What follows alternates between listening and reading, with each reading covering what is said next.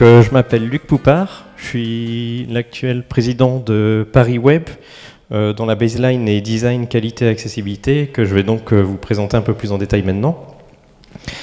Donc, la mission de Paris Web, c'est de promouvoir directement ou indirectement le développement d'un web de qualité et accessible au plus grand nombre, notamment via des manifestations et conférences en particulier.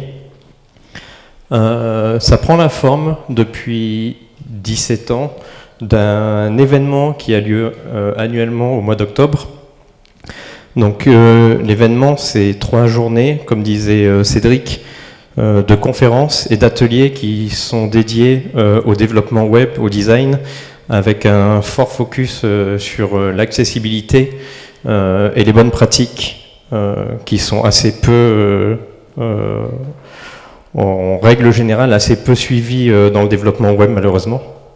Et donc, comme on disait juste avant, on a organisé la 17e édition la semaine dernière, de jeudi à samedi. Et voilà, et on est en route pour la 18e édition pour 2023. Comme je disais, un des forts traits de l'ADN de Paris Web, c'est l'accessibilité web. Et au-delà de juste promouvoir le développement de ces pratiques, enfin, l'accessibilité dans le développement, le design et tous les métiers du web au sens large, ça prend la forme concrètement au niveau de l'événement lui-même, de le rendre le plus accessible possible. Donc typiquement pour la dernière édition, il y a divers services pour promouvoir l'accessibilité du public à l'événement. Donc on s'attelle systématiquement à avoir un accès pour les personnes à mobilité réduite pour les salles. Par exemple, un des gros points forts qu'on fait depuis 11 ans maintenant, c'est que l'ensemble des conférences qu'on propose sont interprétées en langue des signes française. Donc pour chaque conférence, on a des interprètes qui tournent pour donner accès au contenu aux personnes sourdes.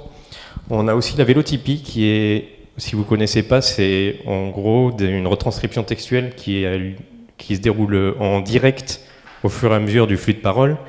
Et ce n'est pas des outils automatiques comme on peut voir par exemple sur YouTube ou autre service en ligne. Il y a vraiment des personnes qui sont derrière, qui écoutent et puis qui tapent en direct le texte, ce qui permet d'avoir une bien meilleure qualité que les sous-titres automatiques.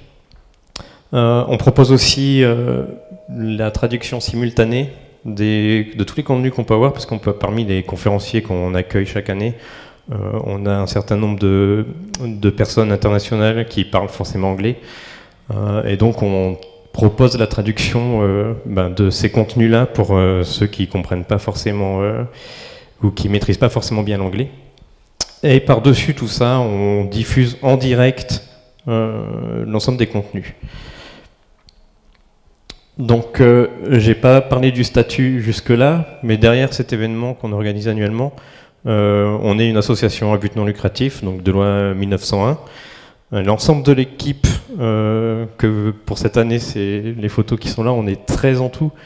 On est complètement bénévoles, on a tous un métier à côté et on organise cet événement sur notre temps personnel,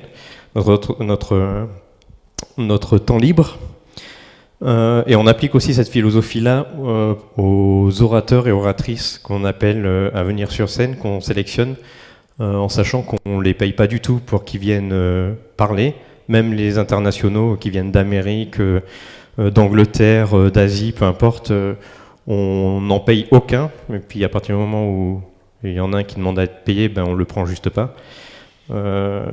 Et voilà, on couvre juste leurs frais parce qu'on n'est quand même pas des bêtes, mais voilà, c'est vraiment une philosophie de travailler d'axer sur la passion et puis voilà, faire passer la mission en avant toute chose. Concernant nos besoins, c'est assez simple. En tant qu'association composée de bénévoles, forcément, on cherche des gens pour travailler avec nous.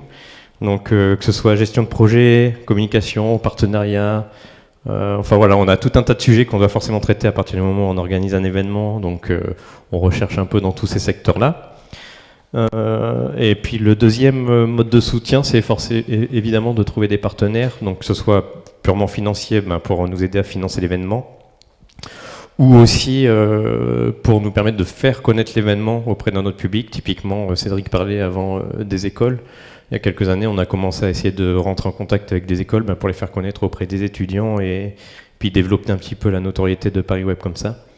Donc voilà, ça peut prendre ces formes-là.